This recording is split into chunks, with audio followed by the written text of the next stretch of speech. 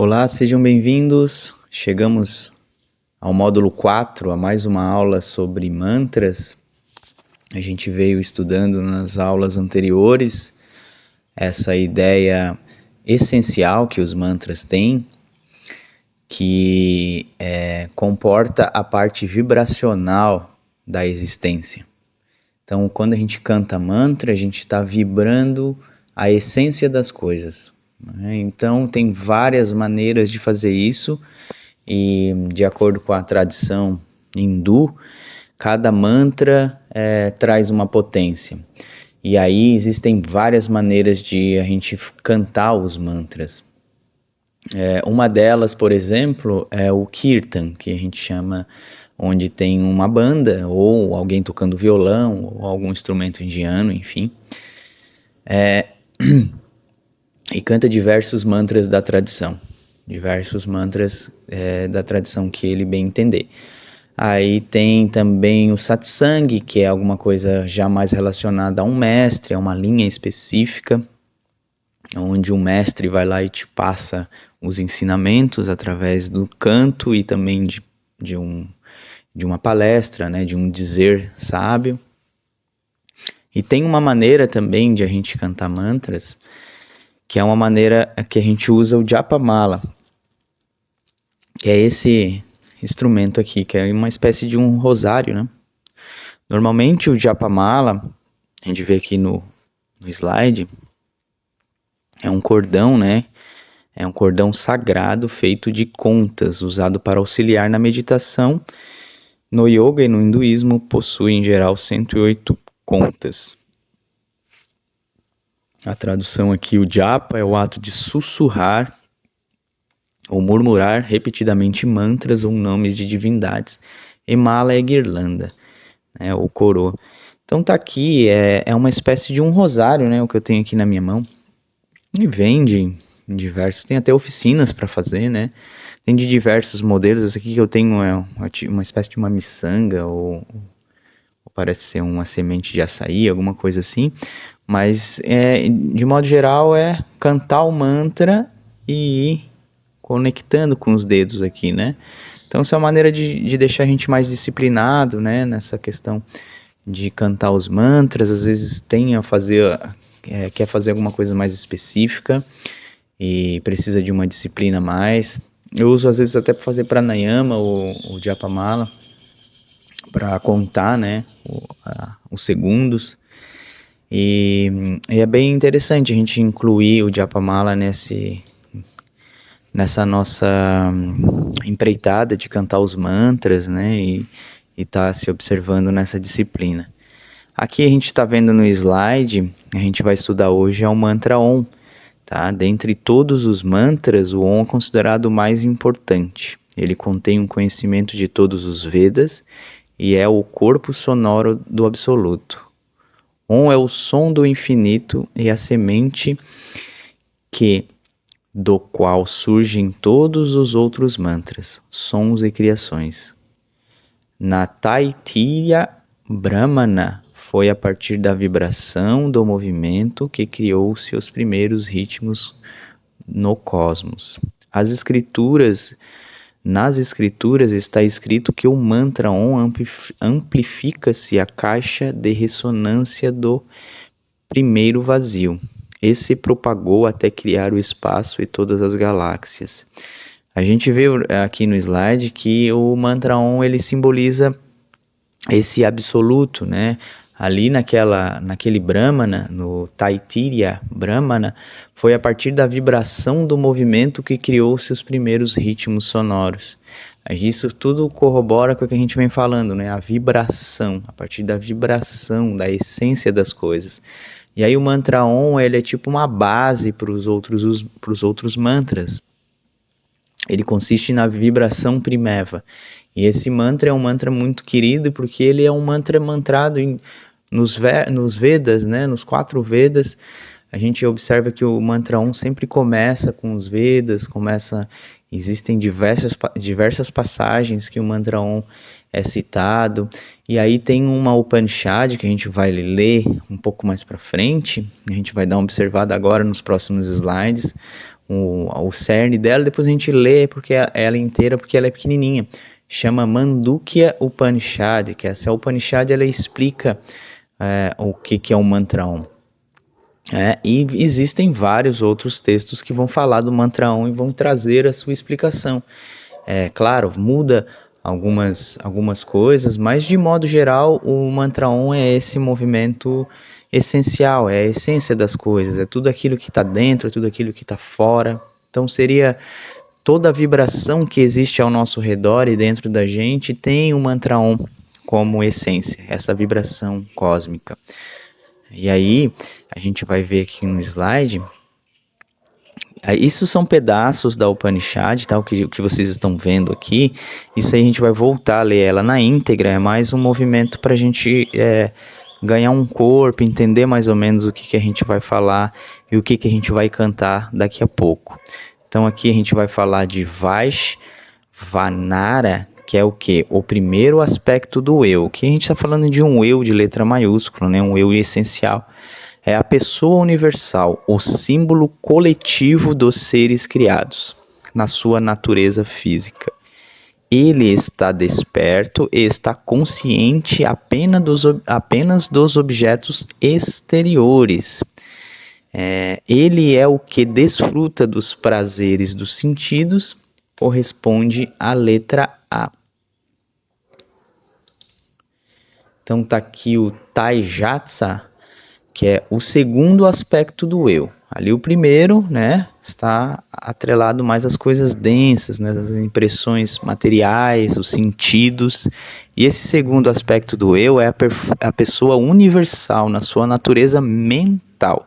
Nesse estado, ele é o que desfruta das impressões sutis da mente, das ações que realizou no passado.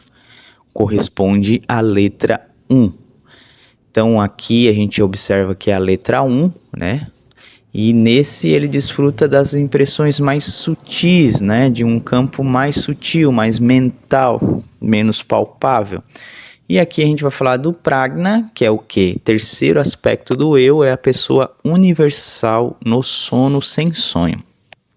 Como ele não experimenta discórdia nem ansiedade, é considerado abençoado e é o que experimenta a bem-aventurança. Corresponde à letra M. E aí o vazio fértil que fica após o A, né? Então a gente está vendo o A, o U e o M, né? Formando o OM. E aqui tem um quarto, né? Que é aquele vazio, aquela essência, aquela vibração que fica após a gente cantar o mantra. O quarto, dizem os sábios, não é uma experiência subjetiva, nem uma experiência objetiva.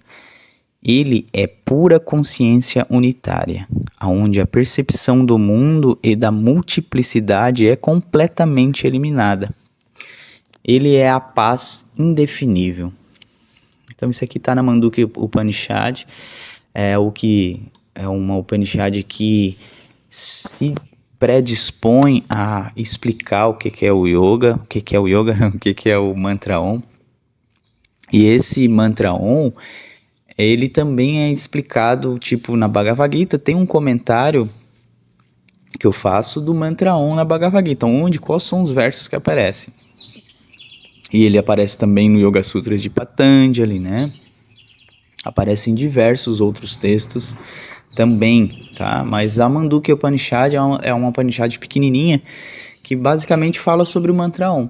É bem antiga, a gente vai ver aqui no slide, ó, que a Mandukya Upanishad é chamada de Mandukya por causa de um rite chamado Manduka, que significa sapo. Né? Tem toda uma história desse rite que tinha um poder, né, de ficar embaixo d'água, enfim. Tudo tem história, tudo tem mitologia, mas não é o nosso caso a gente entrar aqui, senão a aula vai ficar um pouquinho longa. Então aqui, ó, Gaudapadacharya foi o autor de Mandukya Karika, um comentário sobre a Mandukya Upanishad. Ele foi escrito no século VIII, sendo um dos primeiros trabalhos sobre a Advaita Vedanta, que é o Vedanta não dual, né? Vedanta é uma das escolas filosóficas que estudam bastante Upanishad, a Bhagavad Gita, e dentre outros textos antigos, que são investigações posteriores, né? São textos que vão tratar de explicar ou explicitar a essência dos Vedas. Então as Upanishads são isso. A gente também tem aula sobre Upanishads aqui no canal. E é só você voltar um pouquinho, se eu não me engano é o módulo 2, não, na verdade eu acho que é o módulo 1, que fala sobre Upanishads, fala sobre os Vedas, mas em essência é isso, gente. O Upanishad, quando você ouvir essa palavra, é um texto, né, normalmente escrito por um mestre, né, que o Upanishad significa sentar-se abaixo de um mestre, então, com o intuito de quê? De pegar aquela essência dos Vedas e botar para fora, né, em forma normalmente é em forma de versos, ou às vezes algum conto, né, às vezes explicitando alguma coisa, como a gente vai ver agora, que é a Mandukya Upanishad. Então, o que a gente vai tentar? A gente vai tentar ler ela aqui, ela é bem curtinha. Então, essa nossa última ação antes de cantar o mantra Om é ler a Mandukya Upanishad na íntegra. Então, fica com a coluna comprida, relaxado, e tenta extrair o máximo desse texto tão antigo, né, que foi comentado lá no século VIII, mas ele é um texto muito mais antigo. Ele sempre começa com esse, uma espécie de um anúncio, né, de uma chamada para o Upanishad. E ele sempre começa com Om, ó. Om. Com nossos ouvidos ouçamos o que é bom, com nossos olhos contemplemos nossa integridade. Tranquilos no corpo possamos nós, que nos veneramos, encontrar o descanso. Que vos veneramos encontrar o descanso. Om, paz, paz, paz. Agora a gente começa o Upanishad. A sílaba Om é o imperecível Brahman. Lembra de Brahman? Brahma significa Deus, né? Aquilo, a essência. É o universo.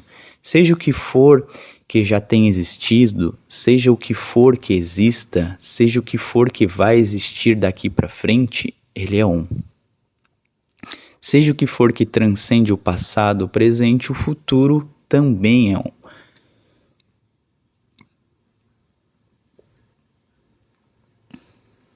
Tudo o que vemos exteriormente é Brahman, é Deus. Esse eu que está no interior é Brahman. Esse eu que é uma coisa só com Om possui 3 aspectos e, além de 3, diferente deles, é indefinível o 4º. A gente vai ver agora os aspectos que a gente deu uma olhada um pouco antes. Ó. O primeiro aspecto do eu é a pessoa universal, o símbolo coletivo dos seres criados, na sua natureza física. Tá? Então é o Vaishvanara. Ele está desperto e está consciente apenas dos objetos exteriores. Então aqui ele vai falar que possui 7 membros, né? Vai falar da cabeça, olho, ar, alento, água, ventre, terra, pés, espaço e o corpo. Ele possui 19 instrumentos do conhecimento e aqui ele vai ditando todos os instrumentos que estão atrelados aos objetos exteriores, às coisas materiais. O segundo aspecto é o eu e a pessoa universal na sua natureza mental, Taijasa. Ele tem 7 membros e 19 instrumentos de conhecimento. Sonha e está consciente somente dos seus sonhos. Nesse estado, ele é o que desfruta das impressões sutis da mente, das ações que a realizou no passado. E aí a gente vai falar do terceiro aspecto, que é o universal. No sonho sem sonho, Prajna. Ele não sonha, ele é sem desejo, como a escuridão da noite cobre o dia e o mundo visível parece desaparecer. Assim, no sono sem sonhos, o véu da inconsciência envolve seu pensamento e conhecimento, e aparentemente as impressões sutis desaparecem da mente. Como ele não experimenta discórdia nem ansiedade, é considerado abençoado, é o que experimenta bem-aventurança. Prajna é o senhor de tudo, ele conhece todas as coisas, ele é aquele que habita o coração de todos, ele é a origem de tudo, ele é o fim de tudo. Aí a gente vai falar do quarto, que é aquela vibração que fica após o M, né? Dizem os sábios, não é uma experiência subjetiva nem uma experiência objetiva, nem uma experiência intermediária entre as duas, nem uma condição negativa que não é nem consciência e nem inconsciência. Então, o quarto é uma absorção, é uma comunhão, né, entre esses três estágios, físico, né, mental e espiritual. Não é o conhecimento dos sentidos, nem um conhecimento relativo, e nem um conhecimento inferido. Além dos sentidos, além da compreensão, além de toda a expressão, está o quarto. Ele é a pura consciência unitária, onde a percepção do mundo e da multiplicidade é completamente eliminada. Ele é a paz indefinível, ele é o que é o bem supremo, ele é o um sem segundo. Ele é o eu, conhecei apenas ele. Esse eu, além de todas as palavras, é a sílaba Om. Essa sílaba, embora indivisível, consiste em 3 letras. E aqui foi o que a gente viu anteriormente, que a letra A consiste na pessoa, no ser físico, né? Que consiste aquilo que é material. E aqui a letra U corresponde o quê? Ao aspecto mental, cresce em sabedoria e altamente honrado, ao aspecto universal do ser mental. E aqui é o Prajna, que é a pessoa universal, no sonho sem sonhos, corresponde à letra M, ele é a origem e o fim de tudo. Quem quer que conheça Prajna, conhece todas as coisas. O quarto, a gente já viu, né, que é aquela sílaba indivisível. Essa sílaba é impronunciável e está além da mente. Nela o universo múltiplo desaparece. Ela é o bem supremo e um sem segundo. Quem quer que conheça Om, o eu torna-se eu. Então, quando a gente conhece o Om, o nosso eu individual vai em encontro ao eu universal, que significa Prajna. Prajna significa Ishvara, né? O que é Ishvara? Ishvara é aquele movimento de Deus, né? Que Deus que, no Yoga Sutra de Patanjali, ele vai falar que o mantra Om é um som místico que simboliza o Ishvara, né? Que é esse Deus, né? Então, essa unidade que existe entre tudo que está ao nosso redor, existe um DNA, uma forma, um aspecto vibracional de Deus. E aí, quando a gente canta o mantra Om, o que a gente faz? A gente está botando para fora a nossa predisposição a se conectar com essa essência, que essa essência que existe em tudo. Existe dentro da gente, mas aí a ignorância, quando ele fala de Maya, né, ele fala da ignorância que nos envolve ao nosso redor, as nossas distrações, por isso que a gente está sempre buscando encontrar uma mente búdica, uma mente alerta, que não vai perder o seu tempo com distrações, com a ignorância, com a vidya. A gente vai depurando isso. Então, o nosso aspecto da meditação, o aspecto do canto dos mantras, né? Da prática de posturas, quando a gente gosta de Hatha Yoga, a gente faz muitas posturas, e tudo isso serve para a gente se sutilizar, sair do denso para o sutil, para que a gente encontre essa forma vibracional, eleve a nossa vibração, eleve o nosso estado de consciência. E é tudo isso que simboliza o Om. Então, quando a gente canta, normalmente eu canto aqui com o pessoal que pratica comigo o Om antes e no final da prática. O que a gente está fazendo antes? A gente está botando para fora a nossa predisposição a praticar yoga. Então, tu estás ali meditando, cantando o Om. Como a gente veio de uma aula de mudras, ou você faz o Anjali Mudra, que é mão com mão em frente ao peito, ou você faz o Gnana Mudra também. Quando a gente vai vocalizar o mantra Om 3 vezes e depois vai cantar o mantra da paz, para encerrar.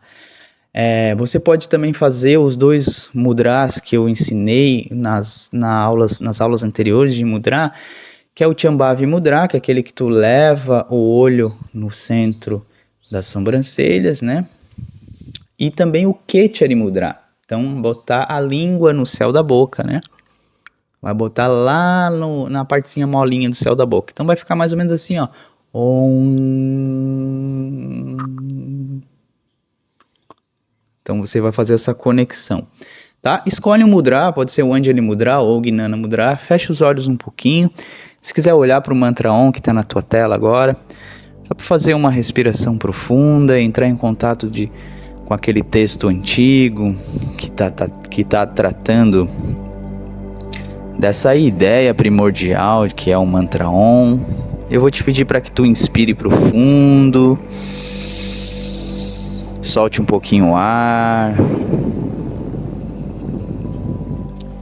te conecta com tudo que está ao teu redor e te conecta também com a tua essência, com a tua natureza interna, teu aspecto mental, como a gente viu. Conecta com ele com essa inspiração.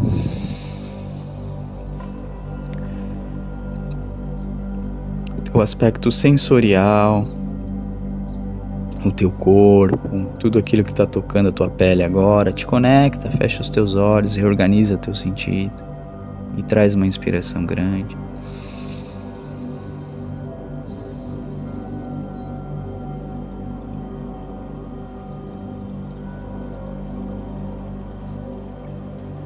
Agora a gente vai cantar o mantra Om.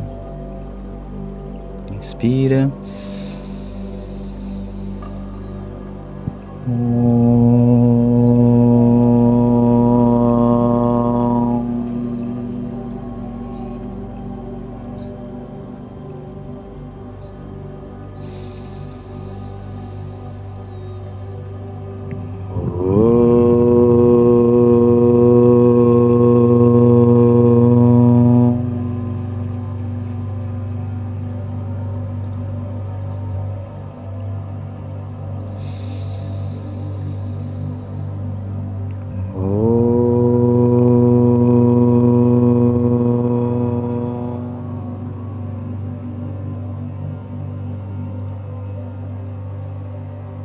Invocação à paz, inspira.